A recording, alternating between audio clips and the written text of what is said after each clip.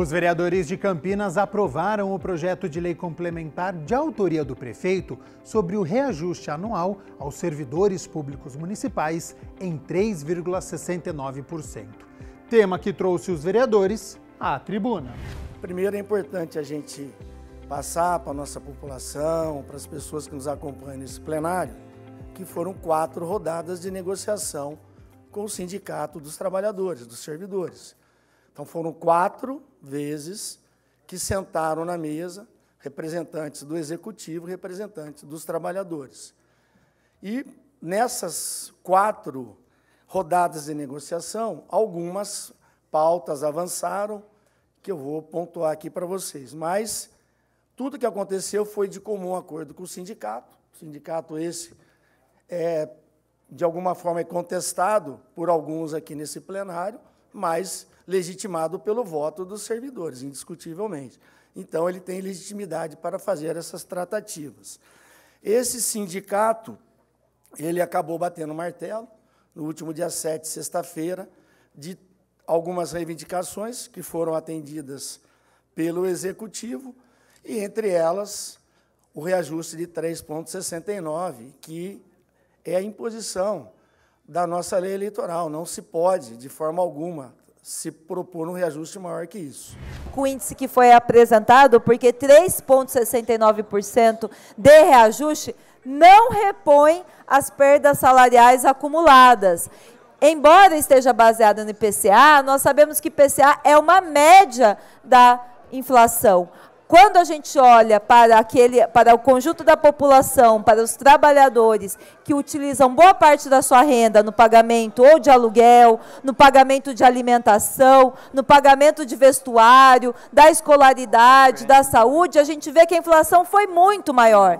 E não é à toa que Campinas figura aí como uma das cidades, a cidade brasileira que mais teve elevação, por exemplo, no preço do aluguel. Isso é fruto da política urbana, mas impacta no bolso do conjunto da população e também dos servidores públicos. Então, esse índice que foi apresentado não repõe as perdas salariais acumuladas dos últimos anos, sendo que, além das perdas salariais, além dos trabalhadores enfrentarem um processo de uma pandemia em 2020, sem ter nem o tempo de trabalho que foi trabalhado durante a pandemia, foi reposto para a contagem de quinquênio, para a contagem dos seus benefícios, pelo menos na área da educação e da assistência, nem isso houve essa valorização. Ou seja, existe uma dívida com os servidores públicos municipais. Nós seremos contrários a essa proposta.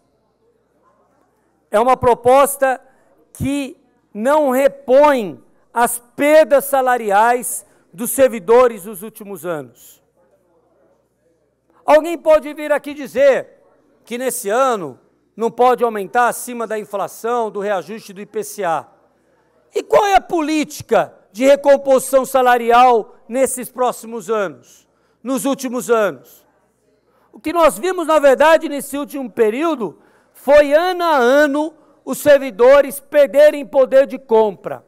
E principalmente os servidores da base do serviço público. Esses são os maiores prejudicados. Os servidores que recebem menos, que dependem mais do seu salário, em que a inflação por alimentos, por exemplo, que é maior do que a média do IPCA, impactam muito mais na vida da pessoa. A inflação do aluguel, que é maior do que a inflação do IPCA, impactam mais na vida desses servidores que estão na base do sistema público.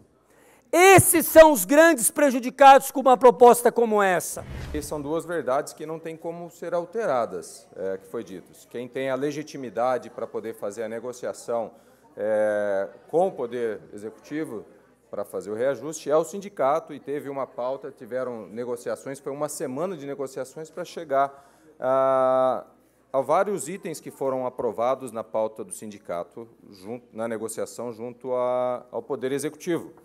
E uma outra verdade também é que em ano eleitoral nós temos que seguir a lei federal que determina que o reajuste não pode ser maior do que o índice inflacionário, que esse ano foi de 3,69%.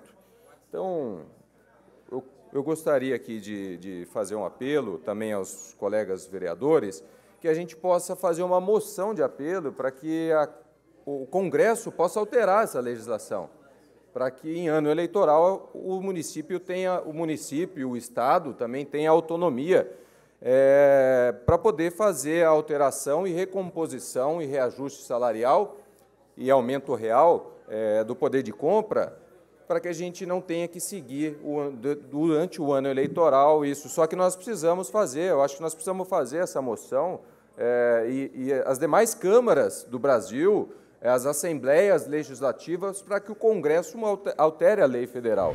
A arrecadação do município esse ano, nos primeiros meses desse ano, apresentou um aumento de 7,62%. O ano passado, essa casa realizou várias audiências públicas com o secretário de Finanças, com representantes do governo, em que nós debatemos com eles, perguntando qual que era a política para os servidores municipais, para a recomposição salarial, para a valorização dessa categoria. E para os servidores municipais, a campanha salarial esse ano foi pior, conseguiu ser pior que o ano passado. O ano passado teve aumento na arrecadação, esse ano teve aumento na arrecadação e ano a ano só está rebaixando. O gasto com a folha de pagamento continua sendo baixo. E sabe por que continua sendo baixo?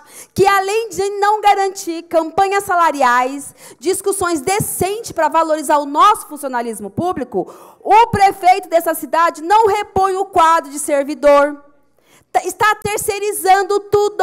Terceirizando todos os serviços. Quando a vereadora Guida e a vereadora Mariana Conte trazem, o vereador Gustavo Pieta, trazem aqui perdas salariais e dizem respeito à recomposição, a lei eleitoral diz que esse interregno de não poder haver reajuste, primeiro que está baseado, nós estamos falando de reajuste salarial, não estamos falando de recomposição. Essa é uma primeira tese que pode ser contestada. A outra tese é de que ele diz 6 meses antes. Porém, por isso que a campanha salarial poderia ter começado antes. O próprio sindicato, tendo noção disso, poderia ter colocado a campanha salarial na rua e enfrentar essa situação. O próprio executivo e essa casa, ano passado, discutiu essa questão do reajuste do prefeito, do vice-prefeito, dos secretários, né? Ampliando o teto do prefeito, anteciparam essa discussão. Por que não antecipamos, então, a discussão dos próprios servidores dessa casa, ou antecipamos a discussão do que diz respeito à recomposição dos servidores e servidoras? Da casa só cabe, conforme disse o vereador Rodrigo, votar sim ou não. Se nós votarmos não, não terá aumento algum para o servidor. Continuará o salário do jeito que está. Não é isso que nós queremos. Nós estamos votando mérito hoje. O servidor tem mérito.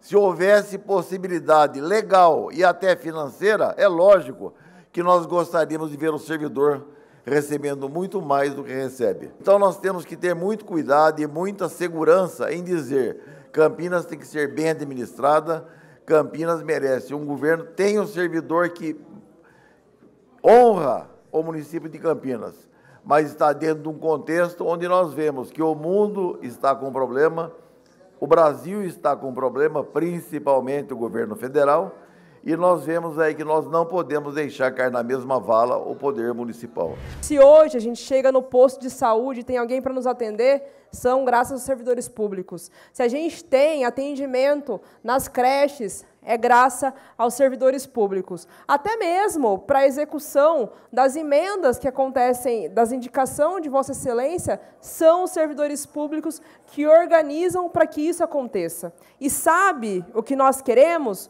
Nós queremos dignidade. para os servidores públicos. Nós queremos reconhecimento, não só na fala, como alguns fizeram aqui, mas com reconhecimento na valorização salarial desses servidores. Se a gente tivesse discutido e votado esse projeto 6 meses antes da eleição, esse argumento de que não poderia ter reajuste cairia por terra. Mas o sindicato, aliado ao governo, fez o quê? Segurou, esperou, né, todo esse período passar, porque aí sim nós entramos no período eleitoral.